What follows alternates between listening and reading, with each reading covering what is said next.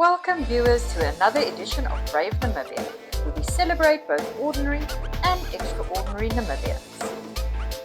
In our first clip today, we visit Oshakati, where Tuyemo Haidula caught up with entrepreneur Taimi Shivute.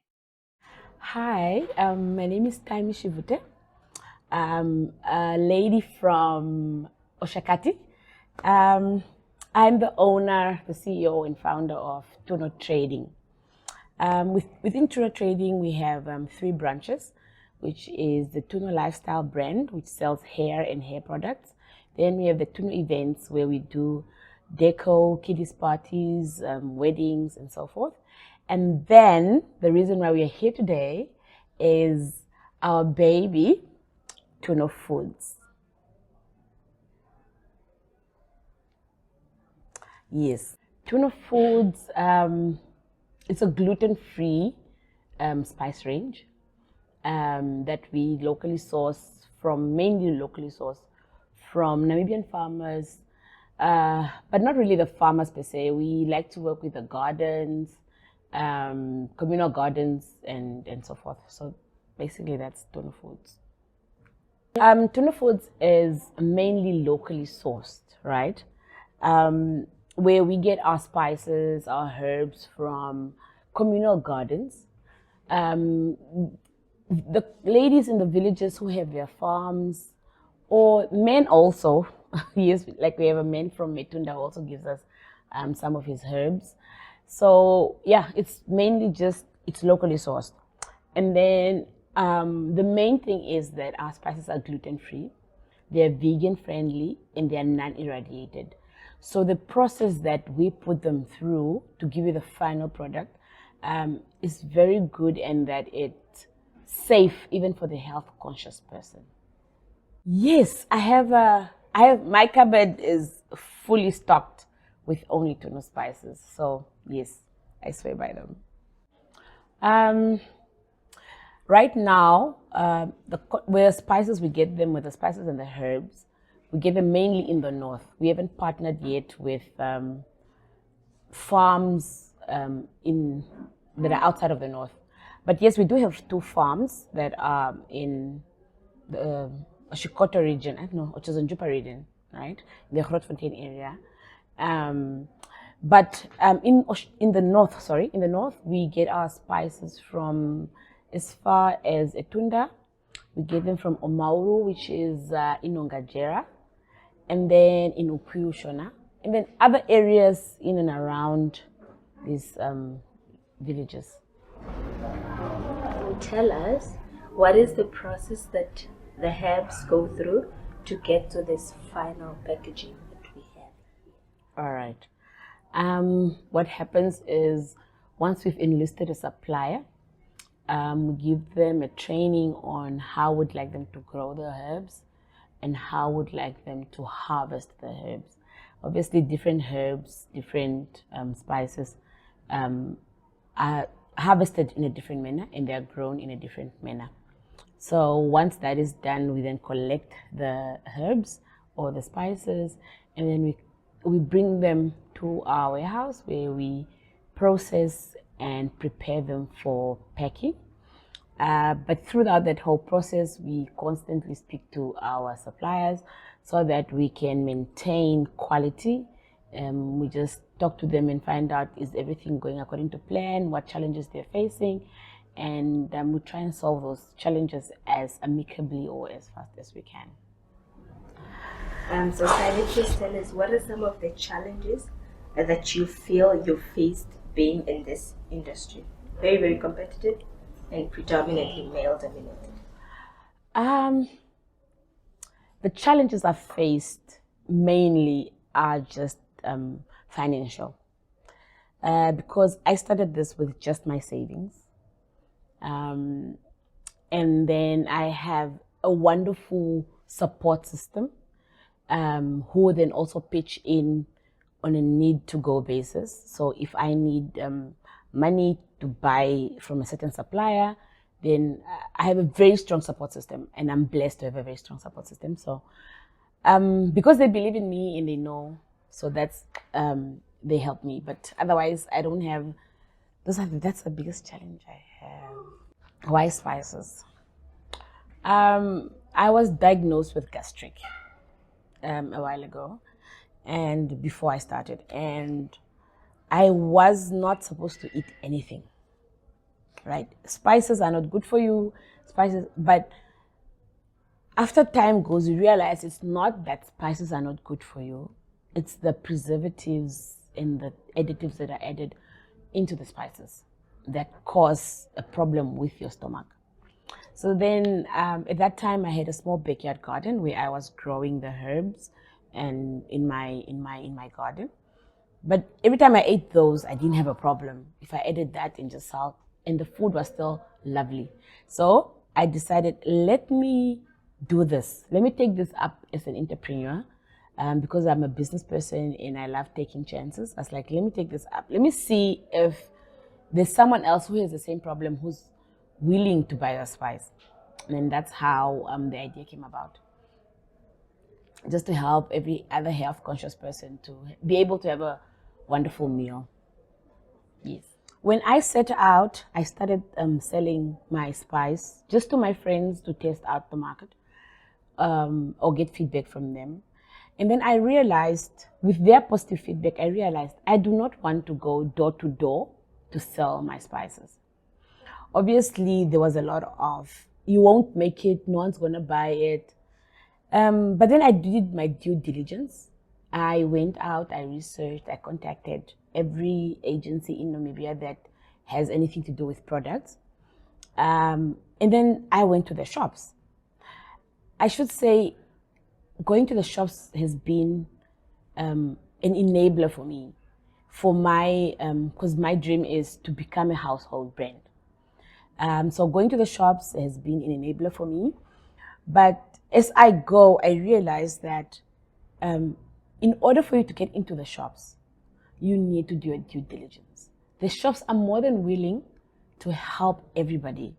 Just do your due diligence, and then when you get to the shops, your products should be shelf ready, and then they'll just help you and then get it onto the shelves.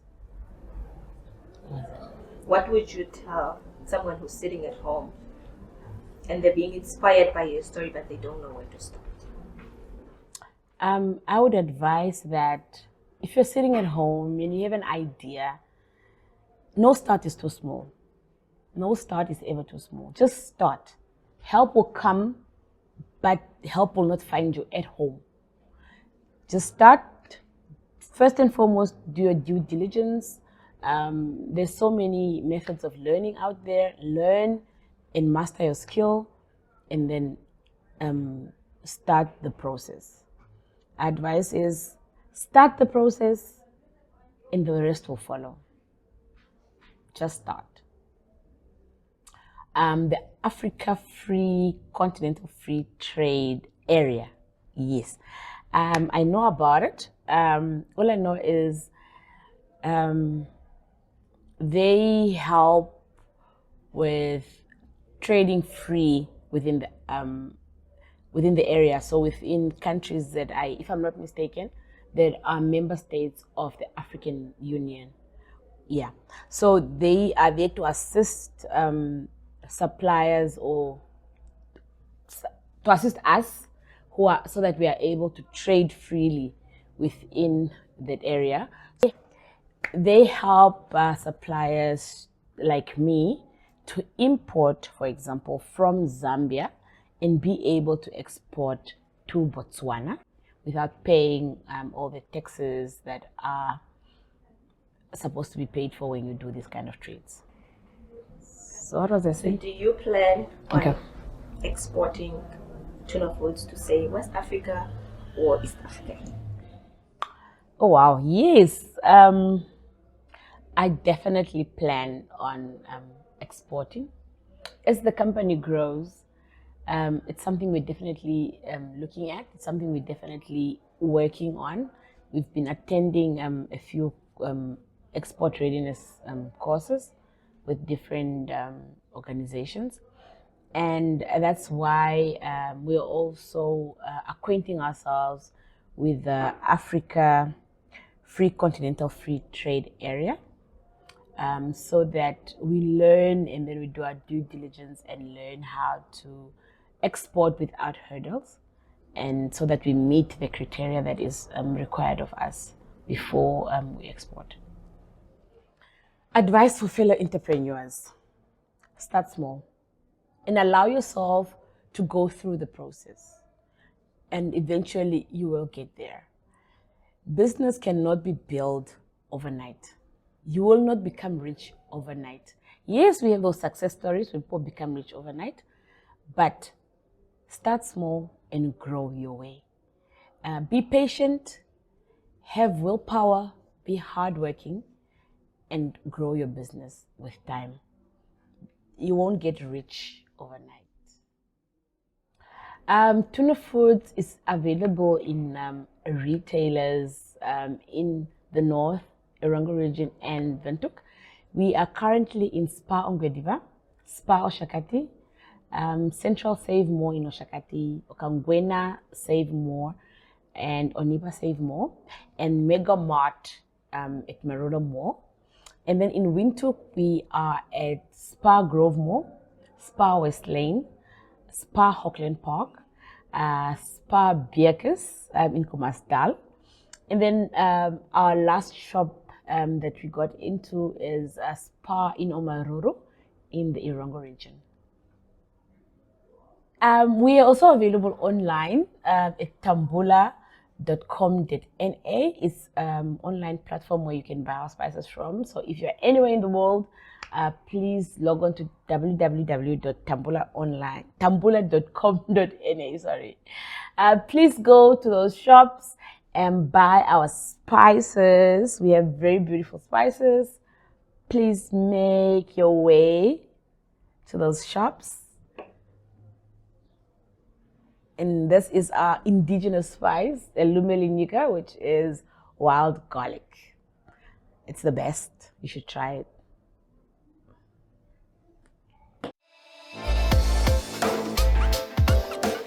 Next, we're in Rundu, where musician and entrepreneur Adrian Morgan, aka Public Menace, shares his musical journey and business endeavors with Nicanor Nangolo.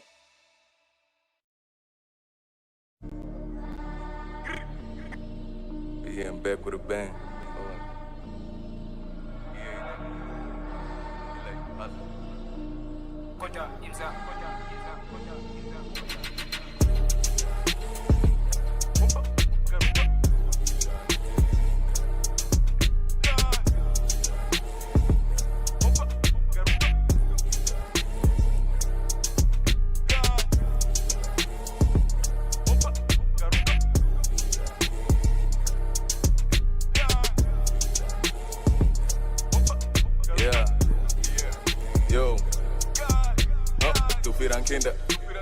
Amemgenda tukuna kupita musrongo isi tinziso vantu vatusige mora korona izi ngapingesi vantu vakufa usimbu ngwendi nondi azo kwatomti gogarinti teno hara kuparo kachi karamembo desasti somungaripi ndituramo vix kudumika imabosi. Hey yo, what's up, man? It's the biggest bro in town. You already know what it is, man. Bro on everything big. Yeah, man.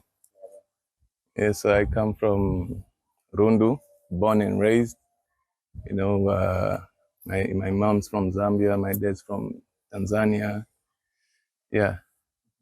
The breed name came as a joke, man. You know, I was just chilling one day with my homies at the stool. We're actually having a project there. And then I did that brew as an intro, you know. So ever since then, my nigga told me, like, nah, every time you open a project, that should be your intro. My mom's from Zambia. You know, my dad's from Tanzania. Me, myself, born and raised in Rundu. So I'm like mixed up. Yeah. Music started in, I think I was 20.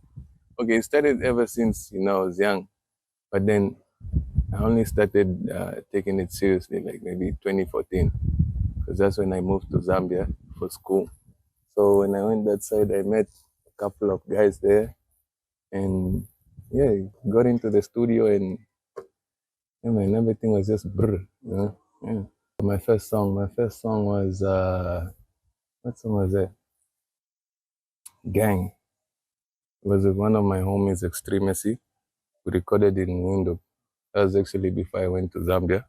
So just like I said, I only took it seriously when I went there because that's where I met the producer and whatnot, standard stuff. Yeah, so my first song was Gang, yeah, featuring Extremacy. How many albums do you have? At the moment, okay, but you know how it is most when starting. You use YouTube beats and whatnot. So my first album was Menace to Society. It's not really out there like that, but yeah, it's a 14-track album, with YouTube beats. I never really pushed it because of the YouTube beats. Yeah, but I'm currently working on something again, probably November, or December. Yeah. And for Public Menace, I don't think he has a specific genre, man. It's just like an artist, As long as it's a vibe, I'm on it. Yeah. Features. What features are we talking about here? Like Producers, artists. Producers I've worked with so far. Kota Imza, so you know him. Proset. Proset is actually one of the producers that I'm working with on the current one. And Tony LV, Loco Sam. There's Beer God, that guy is from Lithuania, man. Yeah. Yeah, those are the few that I can mention at the moment. Menace to Society. I just have an EP. I also never took that one seriously because of this YouTube, but now that's when I'm actually yeah. Okay, speaking of now, what do you have cooking now? Right now, I have a song that I recently dropped, Ove Batsa, featuring Travis J, Fets, BDE. Who's that other guy's name again? Travis J, Fets, and Juice Kid. Yeah, all these are local kids. They're like upcoming kids, man. They look up to me kind of. So, yeah, it's actually like trying to put them on and whatnot. That's how we came up with the song. Yeah. Music is it's like water, man. The body cannot live without water. So it's just like, you just can't live without music, bro. Music is it's everything, man. It means everything to me, bro. Like, it can put you in a good mood. It can put you in a sad mood. It's just perfect for any time, any place. That I have. So my first music video was Cut It. I did that one in Zambia. Yeah, that was my first music video. The quality wasn't really, because the thing is, I just wanted to, I didn't care about the quality. I was just like, I need to put this out there, man. People need to know who Public Menace is. So I said I started in 2014. That's when I actually took it serious. 2014, 15, 16, 17, 18, 19, 20, 21, 22, 23, 24. 10 years. It took me 10 years, bro, for me to actually get recognition right now. Yeah, so I also have a record label. It's Elite House of Empire. I started it with 3 of my guys, the same guys from Zambia. So those guys are in there and they're pushing it that side, I'm pushing it here. So we started as the 3 of us, but, slowly growing, seeing a lot of young boys. Yeah, trying to push, man, because I know how it is in the industry, man. Like, it's really hard, to get recognition or try to get in the game. So I'm just trying to put some boys on, you know what I'm saying? Menu started with, how did it start? Damn, I was hungry, bro. You know what I'm saying? One night, I was hungry, so I decided to make some. Okay, no, let me just start it. First of all, there's this other company that I ordered food from, so those guys brought me a burger without a patty. You know what I'm saying? So that thing just took me off, man. You know what I'm saying? So ever since then, I was like, nah, let me show these guys how it's done, man. You know, so that's how I came up with the brew menu. You know, just started just as a joke, man. You know, like started posting the burgers and whatnot, and then one day someone like hit me up and said they also want some. You know, and yeah, that's how it came up. And me, I'm someone who likes quality, you know, quality over quantity. So I would not sell something that I would not buy myself. You feel me? So When did it start exactly? this one started. It started this year, bro. This year, no, last year. Last year, April. Yeah, last year, April. Okay, and how's it going so far? Yeah, so far so good, man. Tell us I can't about the lie. menu, man. The menu, so we have brr burgers there, we have bruwamas, brr chips, you know, brr ration, brr dogs, you know, everything brr. So a brr burger is, it's a burger, but it's not a normal burger. You know what I'm saying? Yeah, it's, you know, it's something that's gonna play with your, you know, taste buds. Yeah. And how do you see the future for brew menu? The future for brew menu, man. The future for brew menu, I'm checking like maybe say 5 years, 5 years or 10 years from now, because you know, as such businesses, you know, you need to give it like long term, you know. So I can say from a time frame of 10 years, yeah, I'm thinking I'll be. My goal is to open a restaurant actually, yeah, yeah, and also have some mini branches, you know, yeah, just around the whole Namibia, and then after Namibia, you know, we go out there, man. The goal is to go as far as you can, you know what I'm saying? Yeah.